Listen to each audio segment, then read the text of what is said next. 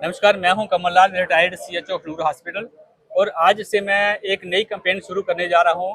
प्रधानमंत्री के माननीय श्री नरेंद्र मोदी के जो हमारे देश के प्रधानमंत्री हैं, उनके कहने पर पेट्रोल बचाओ, डीजल बचाओ, क्योंकि इसमें बहुत सा पैसा हमारा जो विदेश में चला जाता है।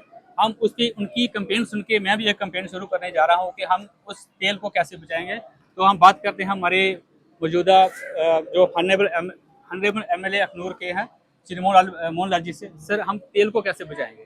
मैं सबसे पहले तो जिस ओकेजन पे हम यहाँ पे हैं हाँ जी। थोड़ा सा उसके बारे में बताऊंगा। सांझे जम्मू की तरफ से एक इनिशिएटिव है अखनूर में। ये जो आप एग्जीबिशन देख रहे हैं, पूरा एक मेला यहाँ पे लगा हुआ है। और एन ग्रैंड में इसका नाम रखा गया है रंग रू रिवायत। वो अपने आप में पूरा एक एक्सप्लेन करता है। इसकी टाइटल से ही पता चलता है कि यहाँ की रिवायत क्या है, यहाँ का रंग रू the soul of the Jammu. और एक छत के नीचे अखनूर में आज डिफरेंट डिफरेंट एंटरप्रेन्योर्स आए हुए हैं, अपना डिफरेंट डिफरेंट मर्केंटाइज अपना सामान लेके आए हुए हैं। इतनी वैरायटी है, इतना कुछ है। अखनूर वालों को ये एक किस्म की सौगात मिल रही है और एक किस्म का पहला इस टाइप का एक्सपीरियंस है, यूनिक एक्सपीरियंस है। आप देख सकते हैं कि अखनूर के कितने लोग यहाँ पे, हमारे हर सेक्शन से लोग आए हुए हैं। मेरे साथ भी बहुत सारे साथी आए हुए हैं। मैं अपनी तरफ से सभी अखनूर वासियों को और आसपास के जो क्षेत्र है, मैं तो जम्मू वालों को, जम्मू टाउन वालों, सिटी वालों को भी कहूँगा कि एक बार आए। रंग रू रिवायत ये जो कार्यक्रम है, ये जो एग्जीबिशन जहाँ पे लगी हुई है, उसमें ज़रूर आए, इसका एक्सपीरियंस करें। इसको यहाँ पे खरीदारी भी करें।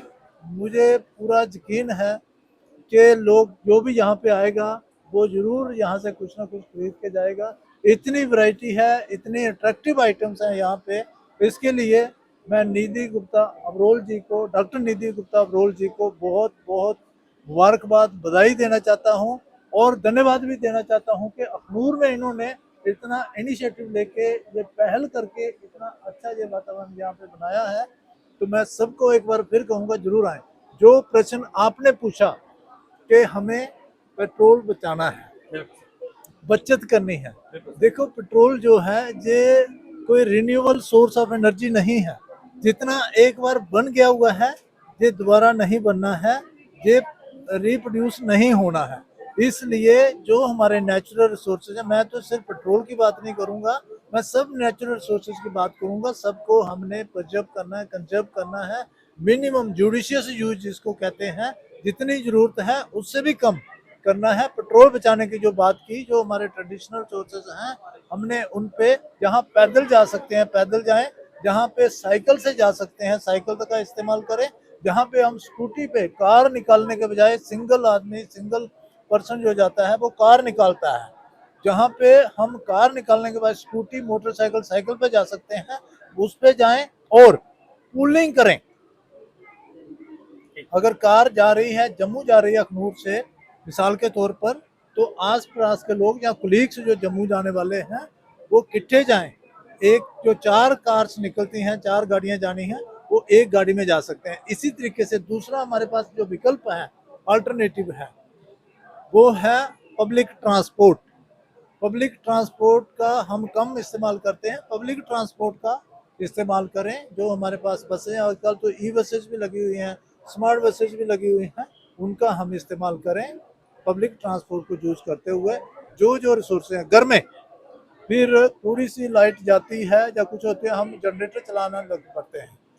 थोड़ा सहन करें, थोड़ा जहाँ पे हम बचत कर सकते हैं उसका बचत करें, और घर में जो अप्लाइंसेस हैं उनका भी कम इस्तेमाल करें। मैं कहता हूँ ये राष्ट्र हित में है। और माननीय प्रधानमंत्री नरेंद्र भाई मोदी जी की तरफ से भी हमें अपील आई है, वो देश हित में है, राष्ट्र हित में है, हमें ये बचत करनी चाहिए। सर, हजारों गाड़ियां पुल के पास से जो ऊपर वाला पुल है, बम्बरो वाला, उधर से चले जाते हैं, लेकिन सामने वाले वहाँ पे उनको गाड़ियों को जाने नहीं देते। हजारों गाड़ियों का यू टर्न करना पड़ता है, और हजारों गाड़ियां अगर साथ की साड़ियाँ उधर से चले जाएं, और कम से कम मैं यहाँ कहता हूँ कि एक टैंकर तेल हमारा अखनूर का बचेगा। और जो फुआरा चौक में गाड़ी बेला बजा खड़ी रहती है, जहाँ पे उन्हें चलता है वहां से स्टार्ट हो जाए, और आधा आधा घंटा गाड़ी स्टार्ट करके खड़ी रखते हैं, उनको उनके बारे में क्या कहेंगे? देखिए, ये जो आपने पुल की बात की, ये बड़े एक मंथन करके, जिसमें सारी एजेंसी जो स्टेक होल्डर्स हैं, यहाँ के स्थानीय निवासी भी, civil administration headed by SDM, police administration यहाँ के जो एसडीपीओ साहब हैं, एसएचओ साहब हैं, ट्रैफिक पुलिस की तरफ से जो डीएसपी साहब हैं, सभी ने बैठ के इसमें मंथन करके, सलाह करके, एनालिसिस करके फिर ये जो स्टेप लिया गया है। आपने तेल की बचत के बारे बात की कि यहाँ पे तेल की बचत हो सकती है। मेरा सोचना दूसरे तरीके से, अगर ये सोचें आप कि सैकड़ों गाड़ियाँ एक साइड खड़ी रहती हैं और वो स्टार्ट रहती हैं, तेल जो है वहाँ पे भी कंज्यूम होता है और फिर ट्रैफिक जाम लगता है। अगर स्मूथ ट्रैफिक नहीं मिलेगी तब भी तेल जो है, जो गाड़ी चौथे गियर में चल रही है वो फर्स्ट गियर में वो एक्सीलेटर देता रहेगा, तेल कंज्यूम होता रहेगा।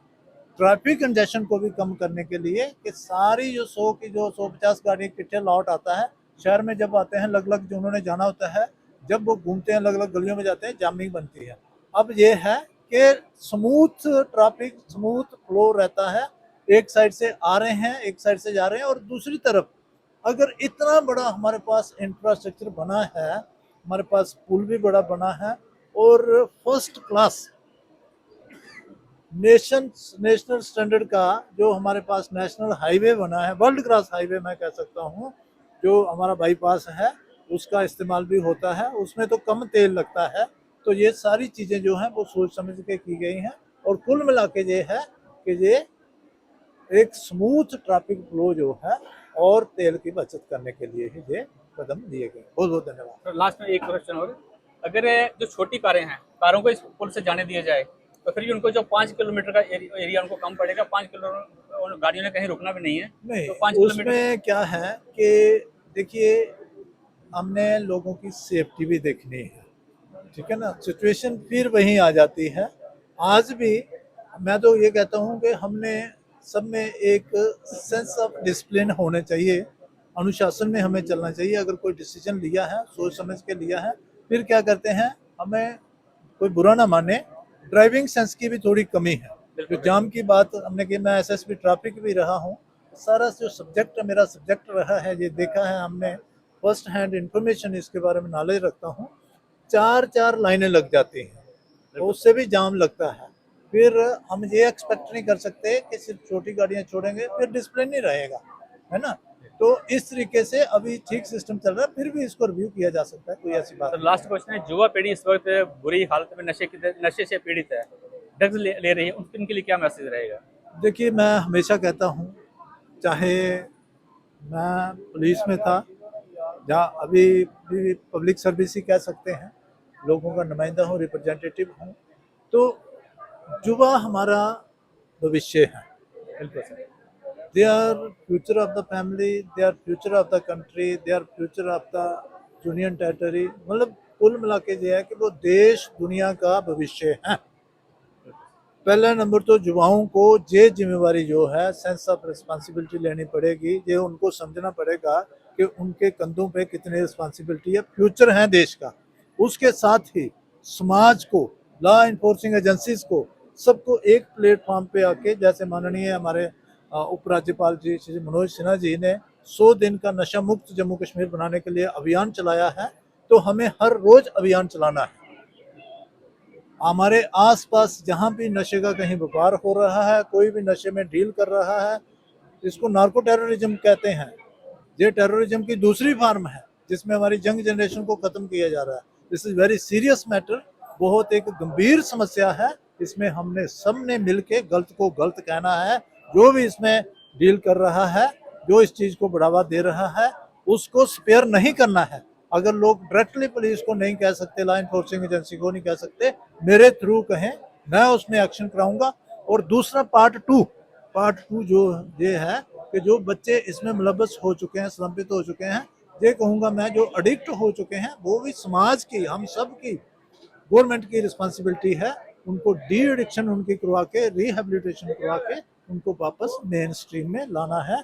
उनको अच्छे से हमने रिहेबिलिटेट करना है। Thank you. धन्यवाद सर, थैंक यू।